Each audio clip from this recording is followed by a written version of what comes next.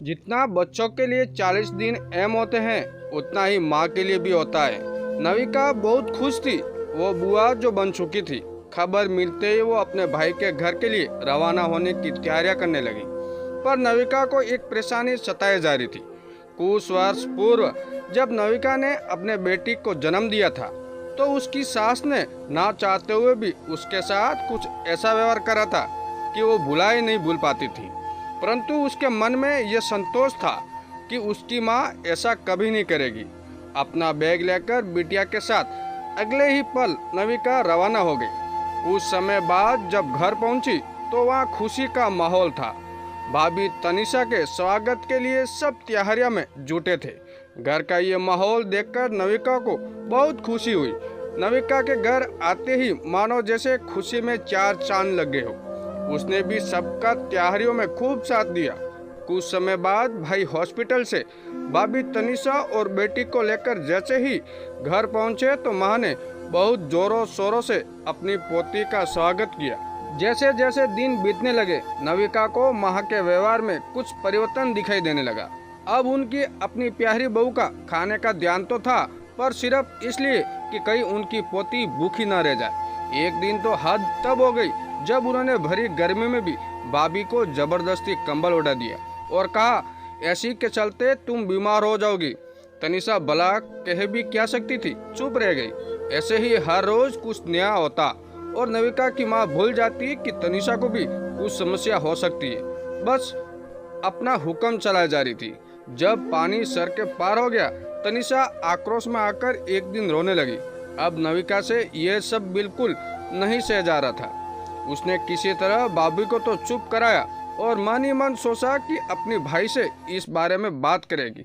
परंतु जब तक नविका ये बात अपने भाई के साथ साझा कर पाती, शाम को एक और ऐसी घटना हुई जिसके चलते वो खुद को ना रोक पाई।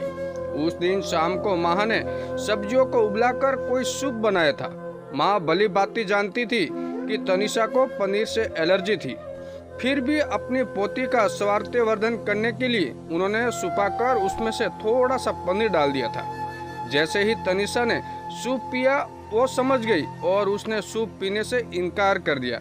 इस पर उसकी सास को बहुत बुरा लगा और उन्होंने मुंह सुझाते हुए कहा, अरे पता नहीं आजकल की लड़कियों को क्या समस्या है। देखो ना नविका, मैं भी तो सब खाती थी। उसकी बेटी कितनी स्वस्थ है।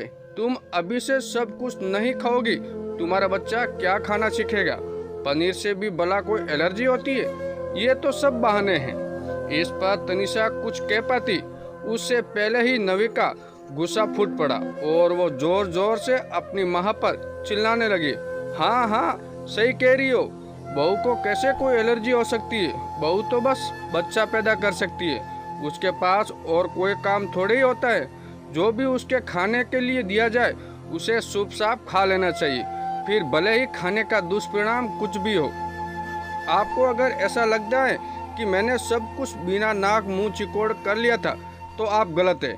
बच्चा पैदा होती है मेरे साथ जो व्यवहार हुआ था वो भी मैं कभी नहीं भूल सकती थी। मैं भी एक इंसान हूँ। ये 40 दिन जितना आप लोग हमारी सेवा के लिए उपयोग करते हैं उसे सेवा का तो पता नहीं, मन में डर जरूर बैठ जाता है। मुझे भाभी की तरह इन 40 दिनों का इतना डर लगता है कि मैं बता भी नहीं सकती। नविका की माँ समझ नहीं पाई कि अचानक से क्या हो गया। उनको ऐसा लगता था कि उनकी बेटी बहुत खुश है, हालांकि ये पूरी तरह गलत भी नहीं था। उसकी परेशानी समझाने के लिए कभी उन्होंने प्रयास नहीं किया था और आज कहीं ना कहीं वो अपने बहू के साथ भी वैसा कुछ करने जा रही थी। अपनी बातों को सोचकर उन्होंने तनिषा से माफी मांगी और वहां से चली गई। तनिषा ने नविका को गले लगाया और बहुत सारा धन्यवाद जताते हुए कहा, थैंक्स दीदी।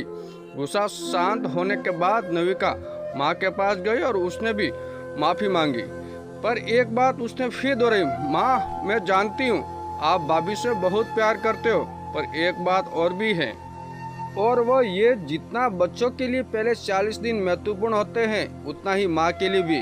वो पहले ही बहुत सारे बदलावों से गुजर रही है और कई बातों का ध्यान रखते हुए अपनी इच्छाओं को एक तरफ रखकर अपने बच्चे के प्रति पूरा ध्यान देती है। हम सबको भी ये समझना चाहिए कि उसके लिए वो दिन आराम पूर्वक से कष्टकारक में परिवर्तित नहीं हो जाए। रोक टोक अपनी जगह ठीक है, पर किसी चीज के प्रति इतना भी बाधक नहीं करना चाहिए कि उसे अपना मातृत्व ही बोझ लगने लगे। शायद अब नविका की माँ को अपनी गलती का एहसास हो चुका था। दोस्तों, ये कहानी आपको कैसी लगी कमेंट करके जरूर बताएं और नए हो तो चैनल को सब्सक्राइब जरूर कीजिए। Thanks for watching.